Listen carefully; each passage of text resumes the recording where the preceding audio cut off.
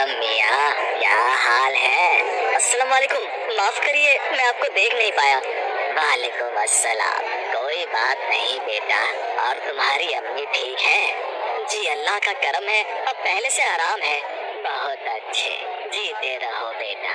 मानना पड़ेगा, अपने अब्बू के जाने के बाद तुमने बड़ी हिम्मत से काम लिया और अपनी अम्मी की सेहत को भी आखिरकार संभाल ही लिया। जी बहुत शुक्रिया आपका।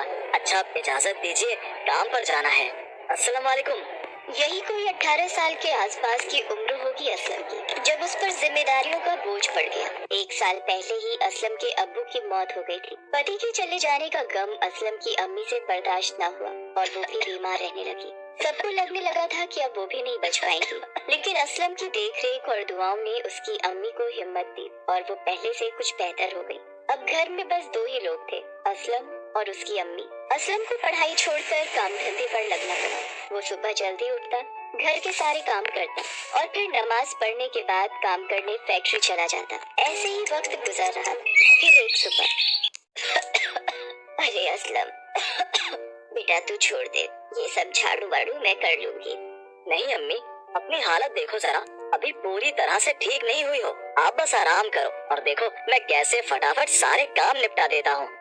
या अल्लाह, या तो मुझे उठा ले या फिर मुझे पहले की तरह भला चंगा कर दे। मेरी इस हालत की वजह से मेरे बच्चे को कितना काम करना पड़ता है।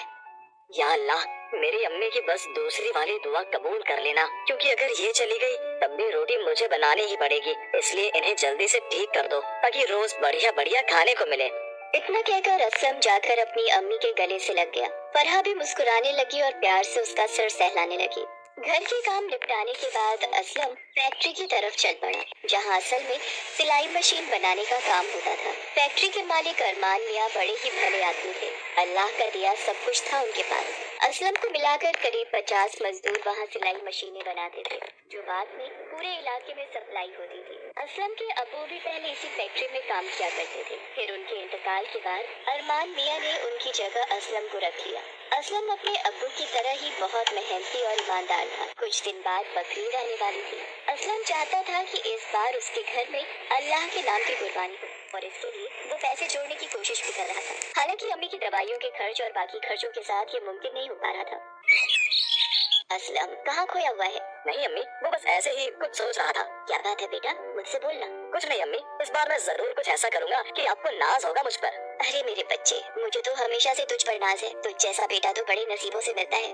असलम किसी भी तरह से इस बार बकरीद का त्योहार अपने घर में अच्छे से मनाना चाहता था और इसके लिए उसने 3000 रुपए बचा भी लिए थे। फिर बकरीद से 1 हफ्ते पहले वो बकरा मंडी जा खुश करना चाहता था, इसलिए उसने उस वक्त उनसे कुछ भी नहीं बताया।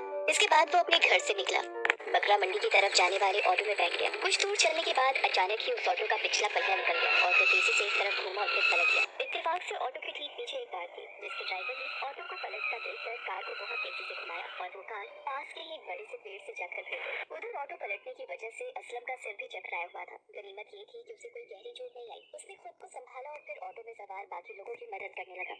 चलो अल्लाह का शुक्र है किसी को ज्यादा चोट नहीं आई। तभी असलम की नजर उस कार पर पड़ी। उसने फौरन जाकर कार के अंदर देखा तो कार में उसकी ही उम्र का एक नौजवान था। एक्सीडेंट की वजह से उसके सिर से काफी खून बह रहा था और वो बेहोश था। असलम ने बिल्कुल देरी नहीं की और फौरन वहीं से एक दूसरा ऑटो बुक किया और उसे नजदीक के अस्पताल लेकर पहुंचा। डॉक्टर साहब, इन्हें बचा लीजिए। क्या हुआ है? उनकी कार का एक्सीडेंट हो गया और ये बेहोश हो गए हैं। चोट तो आपको भी लगी है, आप भी इनके साथ ही क्या? नहीं सर, पर उससे क्या फर्क पड़ता है? अल्लाह की खातिर आप पहले इनका इलाज शुरू कीजिए। देखो बेटा, इनके सिर पर गहरी चोट लगी है, पता नहीं जख्म कितना गहरा है। कुछ टेस्ट करने पड़ेंगे तभी हम आगे कुछ कर पाएंगे। तो ऐसा करो, तुम काउंटर पर 5000 रुपए जमा कर दो। इतना कहकर डॉक्टर वहाँ से चले गए और असलम गहरी सोच में पड़ गया। उसकी जेब में उस वक्त सिर्फ 3000 रुपए थे, जो असल में उसने किसी और काम के लिए रखे थे। आपके मरीज को ऑपरेशन थिएटर ले जा रहे हैं, ये उसका सामान है, इन्हें आप रख लीजिए। जी शुक्रिया आपका। असलम ने पर्स खोलकर देखा तो उसमें रखी आईडी से पता चला कि उस लड़के का नाम फरहान है। उसके पर्स में 2000 रुपए भी थे। असलम ने उन 2000 रुपयों के साथ अपने 3000 रुपए मिलाई और काउंटर पर जमा कर दिए। कुछ देर बाद डॉक्टर सही वक्त पर याद आए।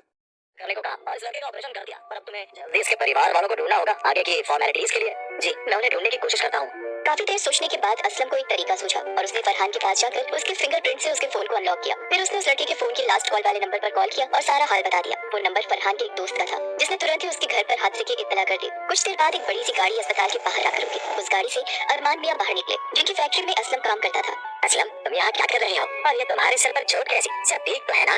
जी, मैं तो ठीक हूँ, बस किसी का इंतजार कर रहा हूँ। भाईजान अंदर एडमिट है, उनके अब्बू यहाँ आने वाले हैं। असल में फरहान अरमान मियां का ही बेटा था जो एक दिन पहले ही विदेश से अपनी पढ़ाई खत्म करके वापस लौटा था। असलम ने उसे कभी नहीं देखा था इसलिए पहचान नहीं सका। अरमान मियां भी उस वक्त तक कुछ नहीं जानते थे। उन्होंने असलम को अपने बेटे के एक्सीडेंट के बारे में बताया और फिर दोनों अस्पताल के अंदर गए। वहाँ जाकर दोनों को सच्चाई का पता चला। भाई साहब, आपके लड़के की जान बची है तो इस लड़के की वजह से। ये लड़का बड़ा हिम्मती और नेक दिल है। बिना जान पहचान होते हुए भी इसने आपके बेटे को बचाने के लिए अपनी जमा पूंजी लगा दी। कुछ घायल होने के बावजूद इसे आपके के हाथ पकड़ लिए और रोते हुए उससे बोले, असलम बेटे, मैं किस तरह तुम्हारा शुक्रिया अदा करूं? तुम्हारा ये एहसान मैं कैसे चुकाऊं? नहीं मालिक, ये आप क्या कर रहे हैं? अब मालिक साहब, एहसान तो आपका है मुझ पर। तभी अस्पताल का एक कर्मचारी वहाँ आया और फिर अपने ड्राइवर से कहकर असलम को उसके घर छुड़वाया। फिर उसी शाम असलम के घर के दरवाजे पर किसी ने दस्तक दी। जी बताइए। जी, ये आपके लिए ये बकरा अरमान मियां ने भेजा है और कहा है कि बकरा ईद पर कुर्बानी के बाद उनके बेटे की सलामती की दुआ जरूर करना। उस बकरे को देखकर असलम की आंखों में आंसू आ गए। फिर सब ठीक हो गया। असलम और उसकी त्योहार अच्छे से मनाया और सही मायने में असलम ने जो कहा था वो कर दिखाया। क्योंकि अब सिर्फ असलम की अम्मी को ही नहीं बल्कि उसे जानने वाले हर शख्स को उस पर नाज था। तो कहानी तो हमने आखिर तक देख ही ली, लेकिन चैनल को सब्सक्राइब करना भूल गए।